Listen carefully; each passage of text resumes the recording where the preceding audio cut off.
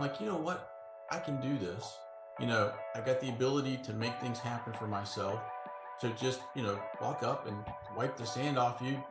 Yes, you stomped down. Get back up and start making it happen. So that's how I ended up here. Welcome to Multifamily Insights. I'm your host, John Casman, and I want to thank you for joining us for another great episode. If you're enjoying the show, do me a quick little favor and leave us that rating and review. We want to hear what you love about the show and get your honest feedback so we can know how to make it work harder for your investing goals. And if this is your first time listening, be sure to hit that subscribe button so you don't miss an episode. We've got a great show today. We're going to be talking to Doug Stout. The real estate landscape is changing, and you need to be prepared to take advantage of the emerging opportunities.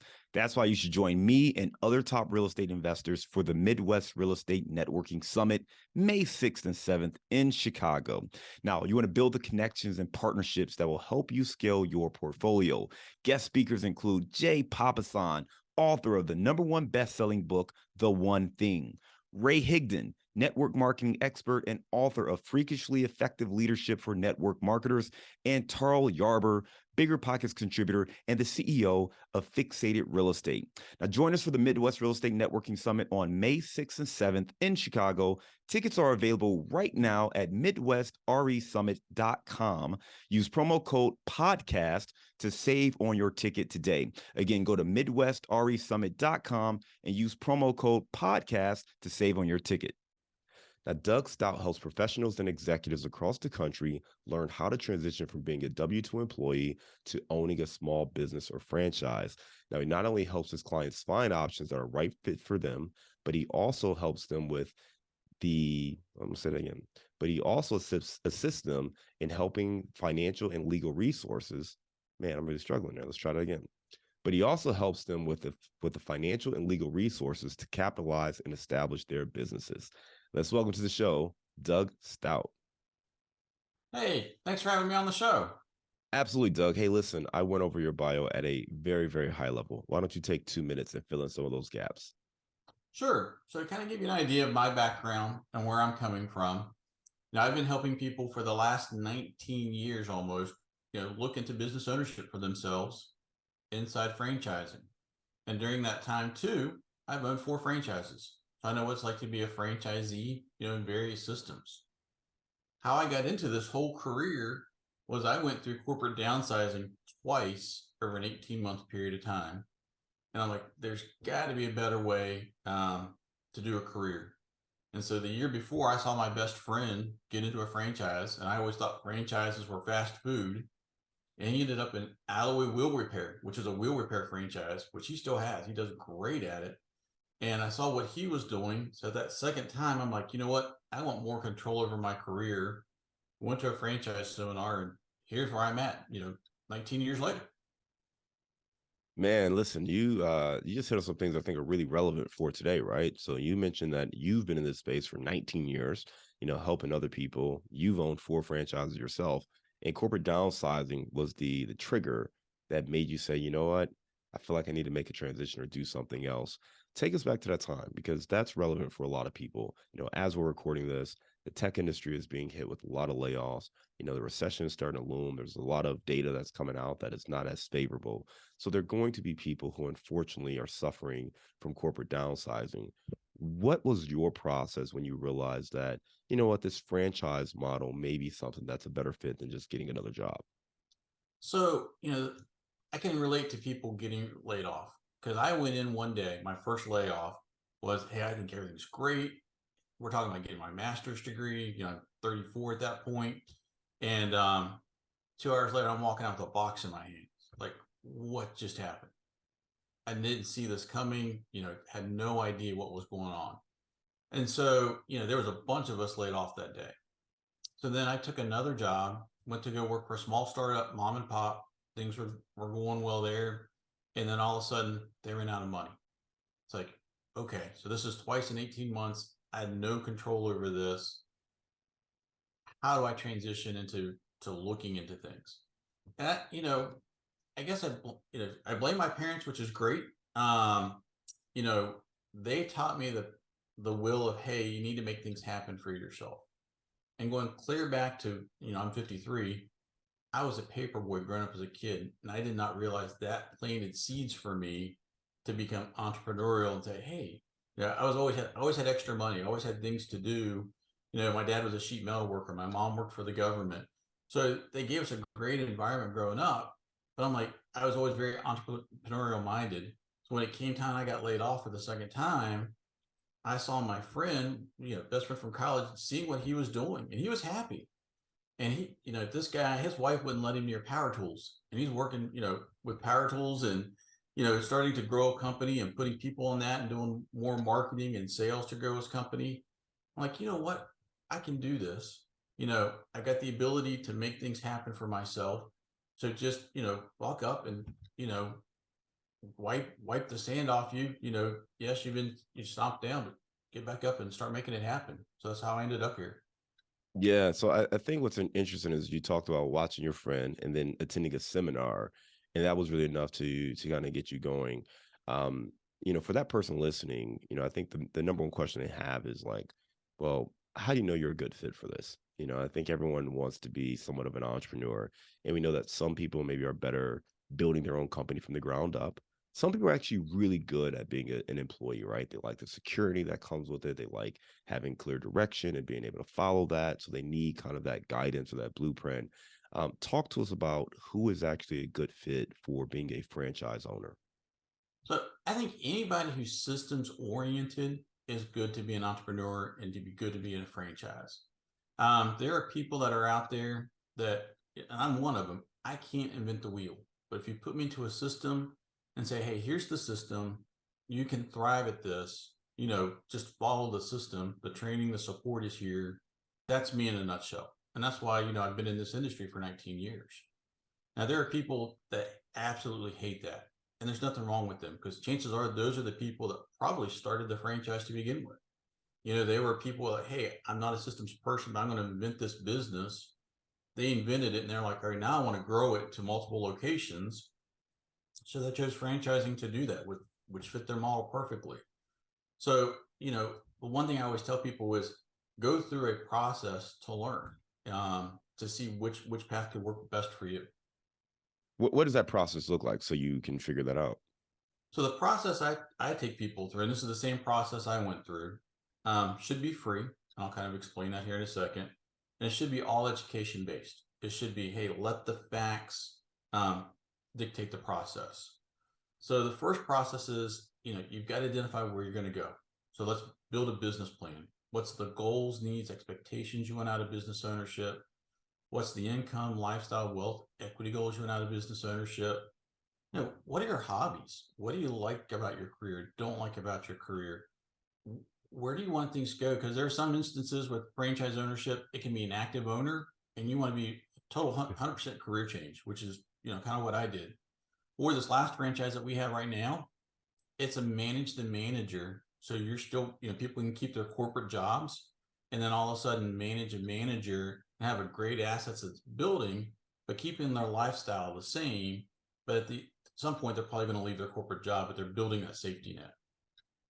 Once you understand those things, and then like for me, I go out and do research, find franchises that match the business plan we create, and also have availability in the market.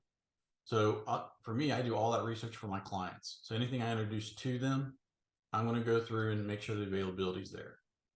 And what people don't realize with franchising, it's a large industry.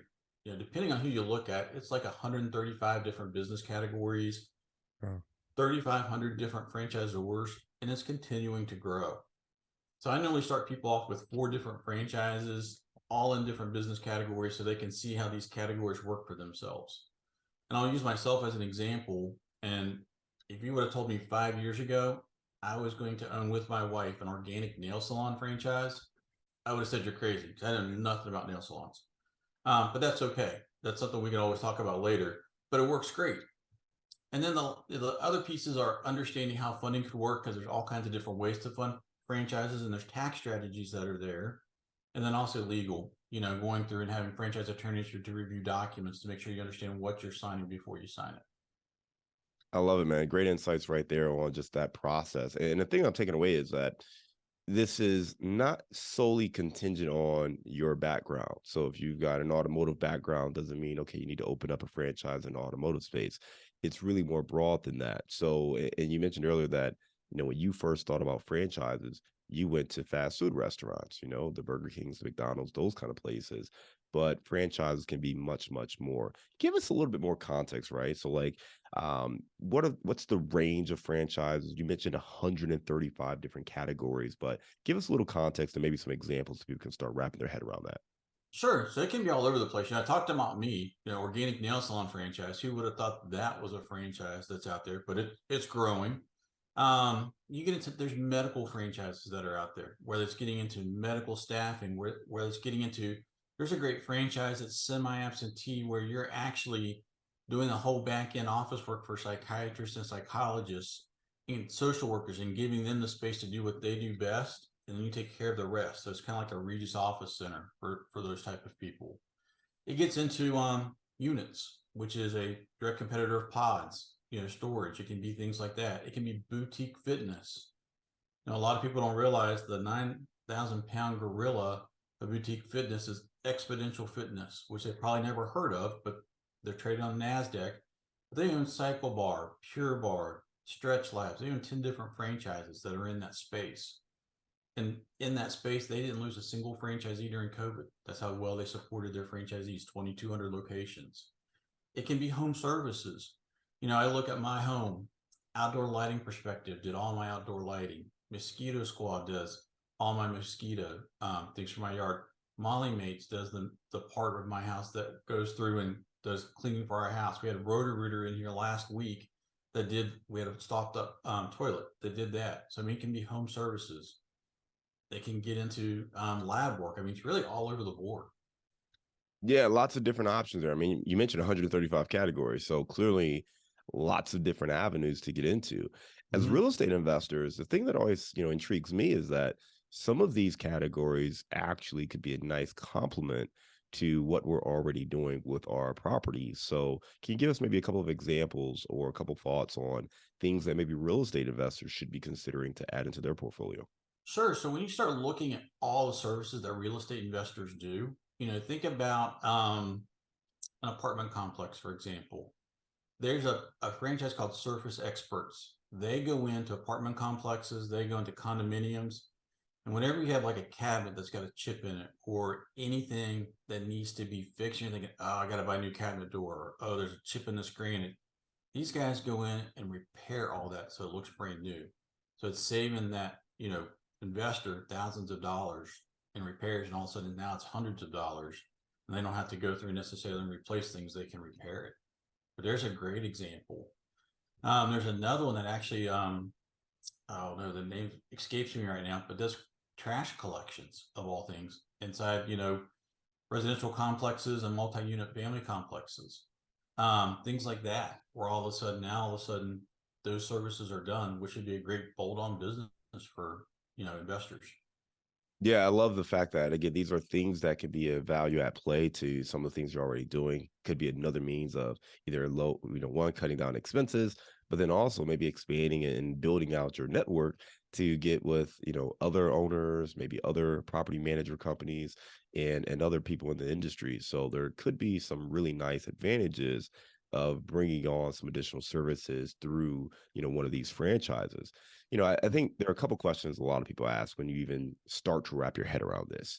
I know when I was younger, I used to always read like Entrepreneur Magazine, and they would have like the list of like the different franchises and how much it costs to start. And I know that that's a pretty wide range, right? There's some franchises that you could get in for less than $10,000. There's some that require, $100,000 or more. Talk to us about that. If you are looking to get into this franchise space, how much capital should you be thinking about bringing to the table to invest? I want to talk about two things: total investment and what's going to be your out-of-pocket expense. So I think when you start looking at active owner service-based businesses, for example, you can definitely get into one for less than $100,000. As you start moving up, start getting into things like semi-absentee, you're looking at, again, if you pay cash for everything, probably that 185 to 500,000 is a good range, and it can go a little bit more than that. And then if you start getting into big franchises, for example, like a units, you're looking at $1 million because it's so capital intensive. But when you start looking at that, there's always a franchise fee associated with that. Normally it's $30,000 to $50,000. If it's a large franchise, it could be like 100,000. You could, if you can put down the franchise fee in cash some way, whether it's using things from retirement accounts, which you can use dollar for dollar. People don't realize that and have no tax liability by doing that. It becomes a tax strategy, or cash, selling stock, things like that. But put that seed money in for that franchise fee. The rest can be borrowed a lot of times by SBA or other different ways to to borrow for franchising. Okay. And I know there's sometimes net worth requirements and some things like that too. Is that similar? It is. So franchisors don't want you to bet the farm. Nobody wants to do that. Everybody wants to make sure that you're well capitalized because people don't realize franchising is a government regulated industry for the last 50 years. So franchisors have to disclose all current and previous franchisees' name, address, and telephone numbers. That's all in the documentation. So they've got to do what's right for franchisees. So they're going to make sure that franchisee is they meet the liquidity part and the net worth part because again they want to make sure they're putting that person in the right point for success. Because if they're not, it's all going to come out in validation. So if you start hearing all these horror stories during validation and you're talking to franchisees, why would you ever want to invest in that franchise? No, I appreciate that. That's really helpful for people to understand just what that process entails and looks like. There's someone listening right now who's asking themselves, this sounds great, but I've got money in real estate and that's what I love right now. Why should someone look at maybe adding, a franchise to their portfolio as opposed to keeping it all in real estate? I always think you look at diversification. I think if you look at a diversified portfolio, you don't have all your eggs in one basket. And that's one of the things I would always tell people is, real estate is great. And I think it's always going to be there. It does very well. But if you're looking for, some diversification, franchises can do that. But also it can be, like you said, a bolt-on business to what you're doing. So you're still in real estate, but you're just now you've got a business that's over here that can service real estate, not only your investment, but also other things in the community. And you can make some money there. I don't think there's anything wrong with diversification. Yeah, and I know the other thing for some people is just managing, employees, because again, some of these franchises, you start to have a lot of employees and now you're managing them, and that kind of becomes a full-time thing as well. You mentioned kind of semi-absentee ownership.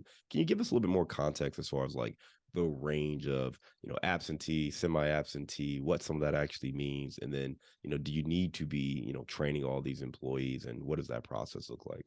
So there's a couple things. So when you look at semi-absentee, you're going to be involved in your business probably 10, 15 hours a week. You're going to manage a manager. And that manager will do some hiring and things, but you're also in the beginning could be a little bit more active on that. So you got to ask yourself, hey, do I have 10 to 15 hours a week to dedicate to a business that I know that needs to grow? Maybe just a little bit more in the beginning, but knowing that, hey, over time, I'll start pulling myself out of it. So if you have the ability to do that and you can control the employee size, I had a karate studio franchise. I had about 6 employees in it, and it's all it was ever going to be. And it did great. This current model that we're in, my wife and I with organic nail salons, we're at 10 and we're getting ready to go to 13 next month. And we knew it was going to be a little bit more employee intensive and we were fine with that. Now, one of the neat things that's in franchising that's a growing trend is 100% absentee ownership franchise, meaning that it could be employee heavy, but the franchisor is managing it for you. So you're paying them a royalty plus a management fee, and then you're involved in your business like 2 to 4 hours a month. That's it. They're doing everything for you. They're running it for you. They're hiring employees. Now you're still the CEO because they're meeting with you either weekly, like for an hour, or every other week for like an hour or two, going over, hey, this is what's going on with the business. We're looking at hiring this type of person. Are you giving us the go ahead to hire it? Do you want to interview this person before we hire it? So you're still in total control, but they're managing that whole business for you. And that's a great passive investment saying, hey, I don't want to manage employees. I don't want to be in my business, that much, but I'm willing to pay a management fee to do that. Now, restaurants and hotels made that famous, and now it's starting to trickle down into other service brands that, are pretty well organized and doing pretty well with it. No, it's great to hear because again, more options for you. And what it sounds like is whatever your challenge may be, because of the range of franchises available, there's still maybe one or two that fit your style, your goals, and your current situation and the passion that you may have. So it's definitely worth looking into more. And then, Doug, I know you kind of do some assessments for people and can help people with that. And you talked about just kind of going through that process. Talk to us a little bit more about maybe how people can learn a little bit more and get some more knowledge and feedback so they can at least become aware of the kind of opportunities that may be a fit for them. So, with the program that we do, again, it's free because I work for clients and I'm compensated by franchisors. So I'm based off compensated by the franchise fee, which is set in stone. So they never pay me anything. We take them through questionnaires of understanding likes, dislikes. We also take them through questionnaires of understanding personality. Because one of the things I'm really good about doing is taking a look at data, understanding where people are, understanding personalities and cultures, which I think is real important when you start looking into franchises and taking those assessments and saying, hey, here are things that work well for you. You may not know anything about this industry, which is totally cool. Let's learn about it. You may surprise yourself. You have all these transferable skill sets. You said this is what's important with you in a business. This is where you want the business to go. Hey, this can deliver you this. Let's have fun and learn about it. Worst case is you'll learn a little bit and it's not the thing for you, but we may find something else that's for you there. Or, hey, Yeah. it's bad timing. You just put things on the back burner for a while and you invest in more real estate, and that's fine too.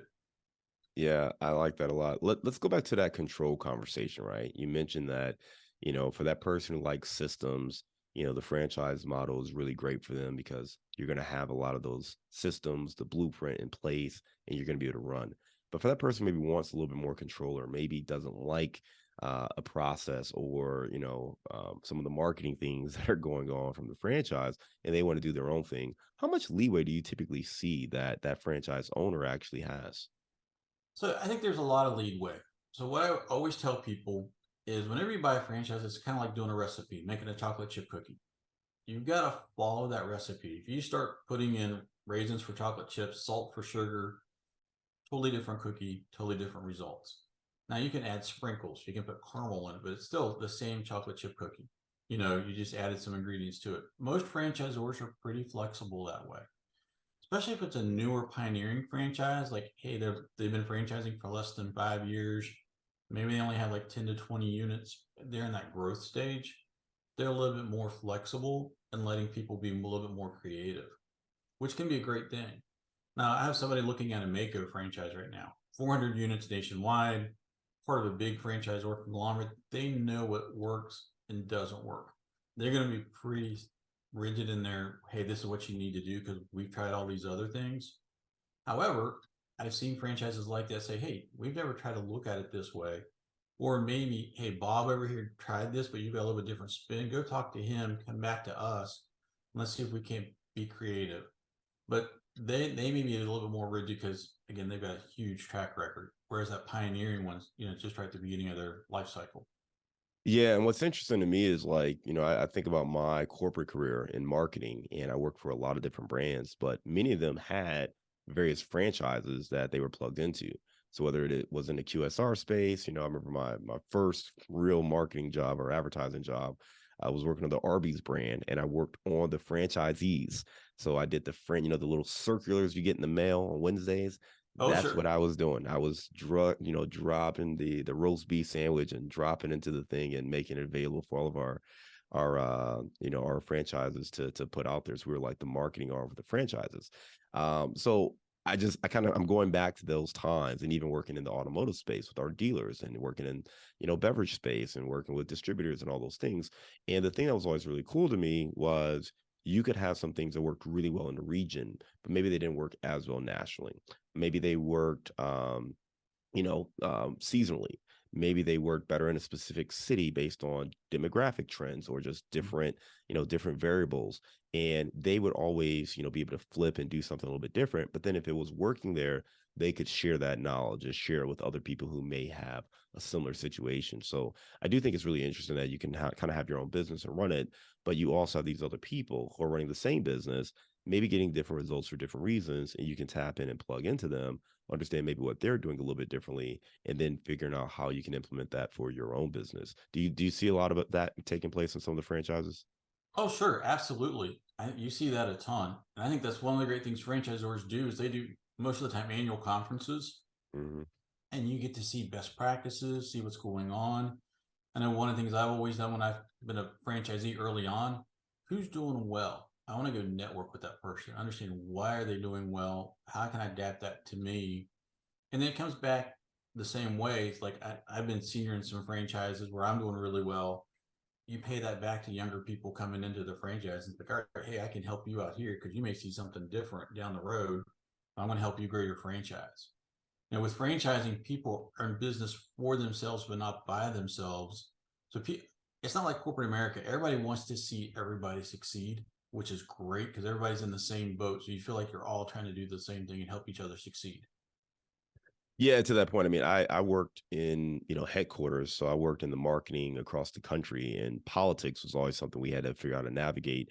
And the thing I always respected when I dealt with kind of the local franchises or, anybody at the local level is they didn't care about politics. They cared about results. Mm-hmm. So if it didn't move units, they weren't interested in it, and they were very vocal about those things. So Oh, we sure. always took their feedback to heart. We tried to understand what adjustments we could make and try to build the best business case we could based on all that information. But I just always appreciated that, to your point, it was more collaborative. It was really about how do we make this thing be successful and play a role where we're aiding them and helping them as opposed to just doing what we felt we need to do for our own careers.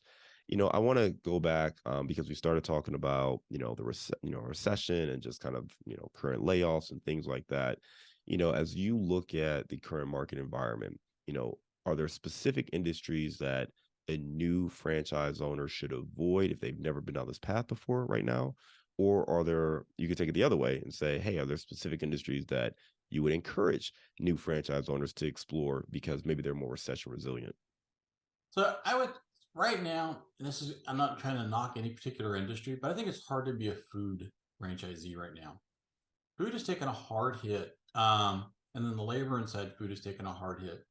Unless you're a real seasoned person, that can be a struggle. I know when people always said, "Hey, like for example, I did the nail salon and we're doing growing it. You're gonna have a hard time finding labor." We haven't had any problems finding labor, which has been great.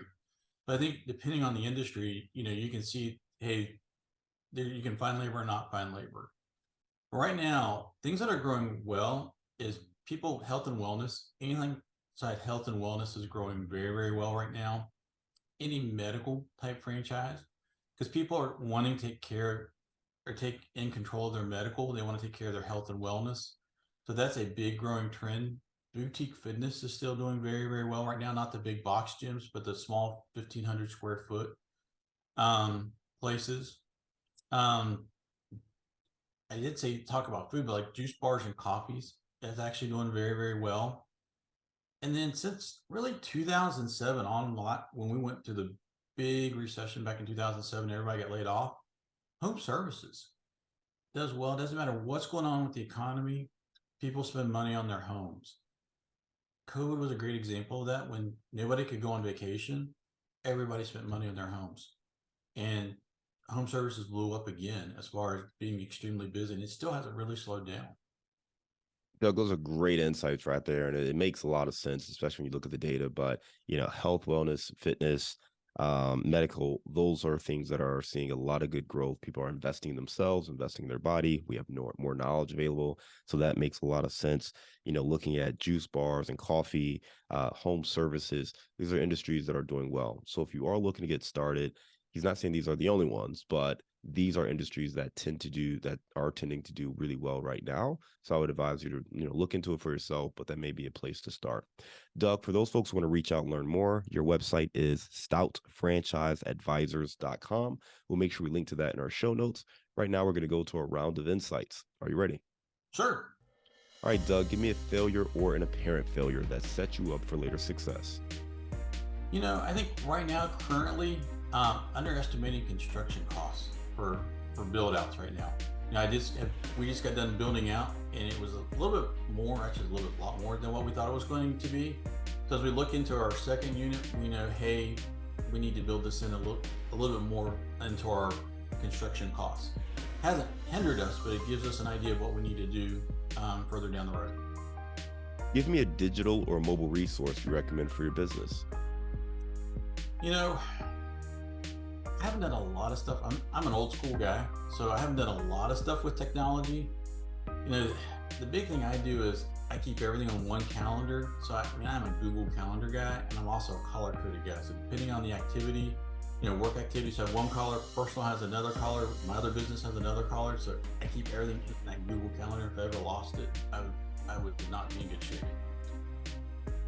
All right, give me the book you've recommended or gifted the most in the last year. Probably the Entrepreneur Myth Revisited, the E-Myth Revisited, because a lot of people, they think about business ownership, and this is a great example in this book. You need to work on a business, not in the business. So you can't get too focused in the business. You got to be able to work on the business and grow the business. What's a daily habit that helps you stay focused on your goals? If you look up here to the left, which you can't see, I have my monthly, daily, and yearly goals all right here. So the first thing I do in the morning is I take a look at it and say, okay, this is what I need to accomplish for today. Am I accomplishing it? I try to, you can't tell right now on my desk, but I try to keep it clear, everything at the end of the day. It's a Dale Carnegie technique. So when I walk in the morning, I don't have clutter or anything everywhere. Everything on my desk is organized and clean, and I'm starting my my day that way. All right, give me your number one insight for being a successful franchise owner. Following the system. That's the key to franchising, is following that system. I love it. All right, let's lighten the mood, man. You are out there in Greenville, South Carolina, a great market. Give me your favorite place to grab a bite to eat. My favorite place to grab a bite to eat is probably Chop House. There's a great steakhouse here in Greenville. It sits right along the river, and it's probably that or Larkins is my two favorite places to eat. All right, we'll make sure we link to those in the show notes. Listen, Doug, you gave us a lot of great information, helping us understand, one, why franchises, particularly for that person who understands systems, blueprints, processes, has that W-2 knowledge. If you want to be your own boss, you want to be an entrepreneur, maybe not go out there and, just hope to be successful, but plug into, a company or franchise that already has some systems set in place. That may be a great way for you to get some traction. And there are lots of ways you can do it. You can be fully absentee, semi-absentee, or completely active. So it's definitely worth looking into more. And I just love the fact you talked about there's certain industries that are more recession resilient.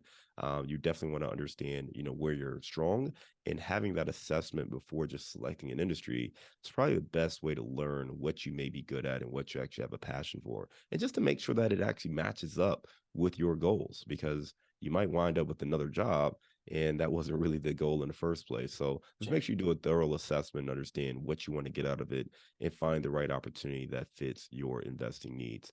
Again, if you want to reach out to Doug, his website is stoutfranchiseadvisors.com. Doug, I want to thank you again for coming on Multifamily Insights. We look forward to staying in touch with you, and I hope you have a great day. Thanks for having me on. You have a great day too.